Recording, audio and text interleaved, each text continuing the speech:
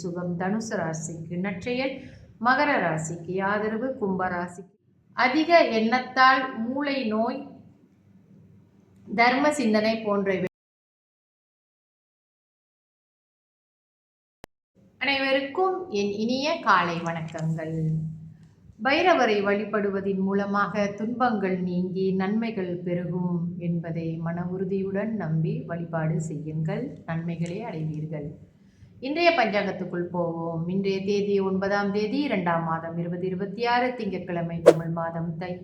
இன்றைய சூரிய உதயம் 7:31க்கு, சூரியாஸ்தமனம் 7:23க்கு. இன்றைய திதி தேய்பிறை சப்தமி, தேய்பிறை சப்தமி இன்று காலை 7:31க்கு முடிவடைந்து அஷ்டமி ஆரம்பமாகும். இன்றைய நட்சத்திரம் சுவாதி, சுவாதி நட்சத்திரம் இன்று 7:32க்கு முடிவடைந்து விசாகம் ஆரம்பமாகும். இன்றைய யோகம் முதலில் அமிர்த யோகம், பிறகு மரண யோகமாக வருகிறது. நல்ல நேரம் காலை 7:30 8:29 வரை, அதன் பிறகு மாலை வேளையில் 4:25 5:24 வரை, இரவு வேளையில் 7:23 8:52 வரை. ராகு கால நேரம் காலை 8:59 10:28 வரை. யமகண்ட நேரம் காலை 11:47 மதியம் 1:27 வரை. கூலிகன் மதியம் 2:56 4:25 வரை. சந்திராஸ்தம ராசி மீன ராசி அன்பர்களுக்கு இன்று சந்திராஸ்தமம். நாளை அதிகாலை இவர்களுக்கு 3:41க்கு இவர்களுக்கு சந்திராஸ்தமம் முடிவடையும். இன்றைய ராசி பலன் பார்ப்போம். மேஷ ராசிக்கு போட்டி, ரிஷப ராசிக்கு சாந்தம், மிதுன ராசிக்கு வரவு, கடக ராசிக்கு அசதி, சிம்ம ராசிக்கு கவனம், கன்னி ராசிக்கு வெற்றி, துலாம் ராசிக்கு உதவி, விருச்சக ராசிக்கு சுகம், தனுசு ராசிக்கு நற்செயல், மகர ராசிக்கு ஆதரவு, கும்ப ராசிக்கு சிக்கல், மீன ராசிக்கு பாசம். தொடர்ந்து நம்ம செவ்வாய் கிரகம் என்னென்ன ராசிகள் இடம்பெற்றால் அவர்களுக்கு என்ன மாதிரியான பலன்கள் கிடைக்கும் என்று பார்ப்போம். சரிங்களா? மேஷத்தில் செவ்வாய் ஆட்சி பெறுகிறார். அவருடைய சொந்த வீடு, அதிகாரம், முன்கோபம், பூமி லாபம், உடல் காயம், காதில் அதாவது கணித அறிவு, பிடிவாதம், நிர்வாகத்திறன், தர்ம குணம் போன்றவைகள் செவ்வாய் மேஷத்தில் இருக்க இவர்களுக்கு இந்த விஷயங்கள் எல்லாம் இவர்களுக்கு கிடைக்கும்.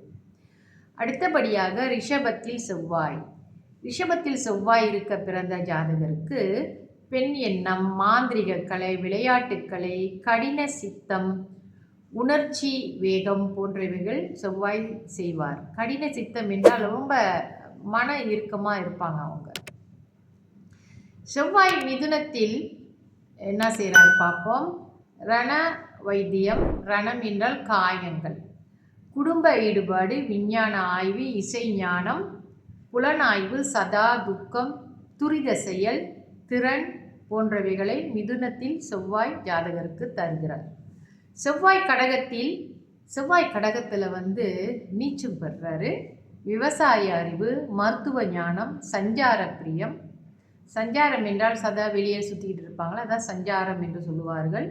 புத்தி கூர்மை, உள் பயம், மனதுக்கம், யூகம் அதாவது ஒன்றை பற்றி யூகிக்கிறது, சகோதர தோஷம், எலும்பு நோய் போன்றவைகள் கடகத்தில் இருக்கும் செவ்வாய் தருவார். அடுத்தது சிம்மத்திலே செவ்வாய் எழுத்தாற்றல், கணித அறிவு, விஞ்ஞான அறிவு, ஆராய்ச்சி, அதிக எண்ணத்தால் மூளை நோய், தர்ம சிந்தனை போன்றவைகளில் சிம்ம ராசியில் இருக்கும் செவ்வாய் தருவார். செவ்வாய் கன்னியிலே பார்ப்போம்.